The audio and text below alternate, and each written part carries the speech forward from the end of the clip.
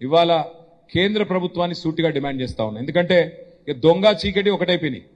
ఇక్కడ దొంగ చీకటి ఒకటైపోయినాయి. రాష్ట్ర ముఖ్యమంత్రి దొంగ, రాష్ట్ర ముఖ్యమంత్రి నేరగాడు. ఆయన కింద ఉండే శాఖలో ఇవాళ పూర్తి స్థాయిలో ఒక కుట్రపూరితంగా ఈ యాక్సిడెంట్ జరిగిందని రాష్ట్రం మొత్తం భావిస్తా ఉన్నది. కాబట్టి నేను సీదా ఇవాళ కేంద్ర ప్రభుత్వాన్ని అడుగుతా ఉన్నా. ఇన్ని రోజులు మేనేజ్ చేసుకున్నాడు రేవంత్ రెడ్డి, కేంద్రంతో కూడా లాలూచిపడ్డాడు. పోయినప్పుడల్లా అమిత్ షా కాలు పట్టుకుంటాడు ఢిల్లీలో, లాలూచిపడి మేనేజ్ చేసుకున్నాడు. కానీ కేసు మాత్రం న్యాయస్థానంలో ఉంది కాబట్టి విచారణ చివరికి వచ్చి శిక్ష పడే టైం వచ్చింది కాబట్టి మరి వాళ్ళు కేంద్రం వాళ్ళు చెప్పినరో ఈయన తెలివితేటలో కానీ మొత్తానికి ఇన్ని రోజులు నెట్టుకొచ్చింది 2 years. కానీ విచారణ చివరి దశకు వచ్చిన తర్వాత సాక్ష్యాధారాలను మాయం చేసే ఒక డెడ్లీ కుట్ర ఏదైతే ఈ రాష్ట్ర ముఖ్యమంత్రి చేసిండో దీనిలో నిగ్గు తేల్చాలి అని కేంద్ర ప్రభుత్వాన్ని నేను డిమాండ్ చేస్తా ఉన్నా. ఇది చిన్న చితక విషయం కాదు, చిన్న చిల్లర విషయం కాదు ఇది. అందుకే నేను అంటా ఉన్నా, కేంద్రం వెంటనే స్పందించాలి.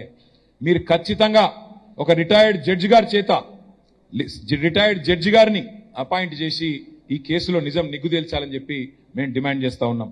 ఇవాళ ఇందాక పోలీస్ అధికారులు చెప్పింది కూడా విన్నాను. చాలా కేసులలో ఆధారాలు పోయినాయి.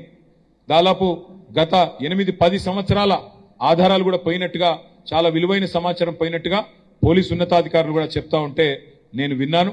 అందుకే నేను బలంగా నమ్ముతా ఉన్నా ఇది కుట్రపూరితంగా జరిగింది, ఇది ప్రమాదం కాదు అని. అందుకే మరి ఈ వివరాలు బయటికి రాకుండా కుట్రపూరితంగా ముఖ్యమంత్రి స్వయంగా ఈ రాష్ట్ర అధినేతనే స్వయంగా కుట్ర పన్నిండని చెప్పి మేము భావిస్తున్నాం. కాబట్టి రాష్ట్రంలో ఉన్న వేల కేసులకు సంబంధించిన ఆధారాలు ఇవాళ బుగ్గి చేసిండ్రు. కాబట్టి ఒక రిటైర్డ్ జడ్జి గారిని వేసి అందులో కీలకమైన ఫోరెన్సిక్ విభాగానికి సంబంధించిన నిపుణులు, పోలీసు ఉన్నతాధికారులు, కేంద్ర సర్వీసెస్ వాళ్ళని వెంటనే వేయాలని చెప్పి మేము డిమాండ్ చేస్తా ఉన్నాం. ఎందుకంటే ఒక్క నేరగాడు తప్పించుకోవడం కాదు, ఇవాళ ఈయన చేసిన పని వల్ల వేలాది మంది నేరగాళ్ళు, రేపిస్టులు, దుర్మార్గులు వారి కేసుల్లో మరి శిక్ష పడే అవకాశం లేకుండా పోయింది.